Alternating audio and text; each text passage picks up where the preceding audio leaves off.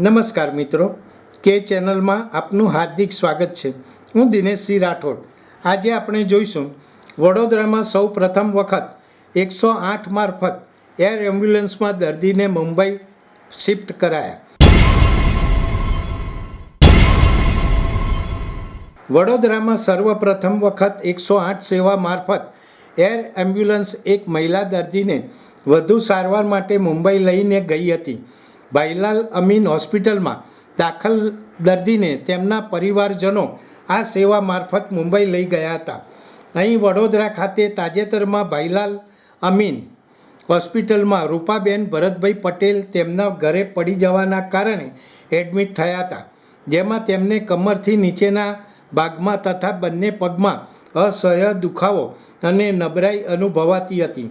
અહીં તેમણે સારવાર લીધા પછી વધુ સારવાર માટે મુંબઈની HN રિલાયન્સ ફાઉન્ડેશન હોસ્પિટલમાં લઈ જવા પડે તેમ હતા। આ માટે બાય રોડ વધુ સમય લાગે એમ હોવાથી બાય રોડ જઈ શકાય તેમ નહોતું।